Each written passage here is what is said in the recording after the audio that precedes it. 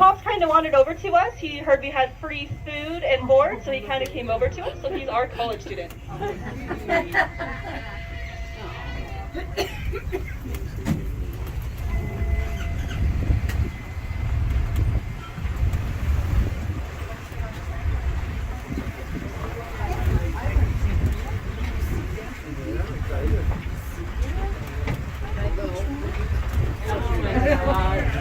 Alright, up next we're going to be approaching our two Bengal tigers named Ruckus and Apollo.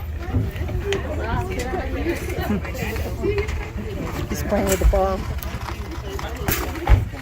So these are two brothers named Ruckus and Apollo.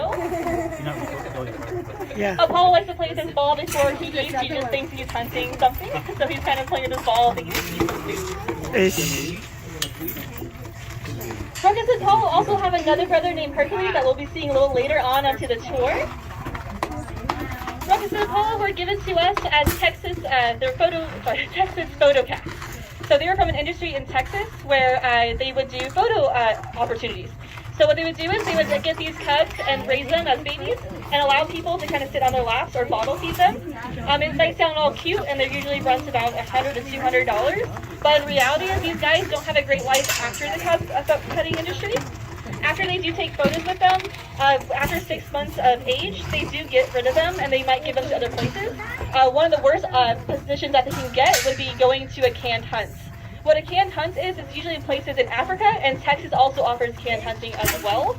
Usually that means that after 6 months, they could have an opportunity to get shot, and that's also not good. But at least with Ruckus and Apollo, they were rescued here with us, and we were able to save them from that. So it's always good not to support photo op industries and things like that.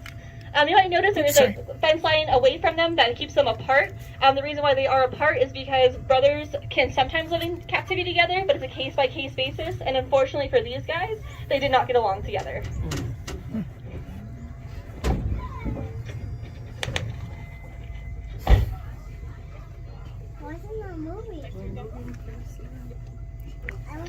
Up next are three of the cutest residents of the park. As I creep by on my right-hand side, you will see our family of New Guinea singing dogs named Desi, Lucy, and Junior from I Love Lucy. One of them is up on the platform. That's Desi prowling around. Their closest living relative is the dingo from Australia, and folks, these are one of the rarest wild dogs in the world. They haven't been sighted and confirmed in the wild photographically since 2012. So experts speculate there's less than 50 in the wild, and there are currently less than 300 in captivity. And this is across the entire globe. So you're meeting about 1% of the population right now. They were abandoned by a breeder in Illinois who never came back for them in the winter time. So a rescue in Florida took them in and gave us the ones that they couldn't permanently house due to space limitations. They got their name Singing Dog because when they howl, it almost sounds like they're singing. They all synchronize in a howling orchestra. They are louder than our coyotes. They howled a lot upon their arrival, but now they're comfortable, so they don't feel it is necessary to proclaim their territory. Right, on my right-hand side are brother tigers named Moses and Malachi, but they'll be getting fed opposite side. They also have two sisters named Millie and Marilyn. Our project this week has been taking all these tigers to this enclosure. It finished construction a week ago because tigers love the water. We made them an epic swimming pool. Catching a tiger is an adventure, and I'll tell you more about that a little bit later. We also have 5 black bears in this habitat. However, there's not a single bear in the habitat. Why do you think that is? Why are all the bears sleeping? Hibernating. So our bears don't fully hibernate. They sleep about 23 hours a day, wake up, eat peanut butter and jelly sandwiches, and then go back to bed. In the wild, they hibernate due to the cold weather, their hormonal changes, and also lack of food. But we feed them year-round, so they don't enter a full state of hibernation, but they get very sleepy. We have Bucky, Brock, Barney, Cindy, and Kenai.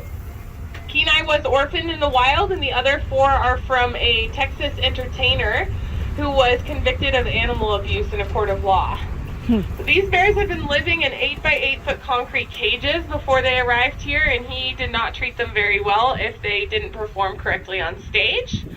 When this was footage taken to court, he was fined. The bears were rehomed here 4 years ago, and he will never own exotic animals again. So if you look inside some of these den boxes, you might see some fluffy black paws.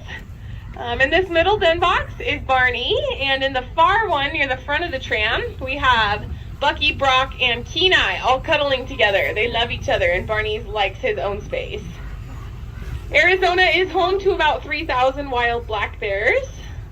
In the summer, ours eat around 10,000 calories a day, and I get really jealous. I wish I could eat that much and look that cute, but it doesn't turn out like that. They get fresh fruits, vegetables, dog food, hot dogs, scrambled eggs, cheese, peanut butter and jelly sandwiches, and parfaits. Yeah, we mix yogurt and cereals and fruit and nuts together. It's one of their favorite mixtures. On my left-hand side live 11 deer and 11 emus.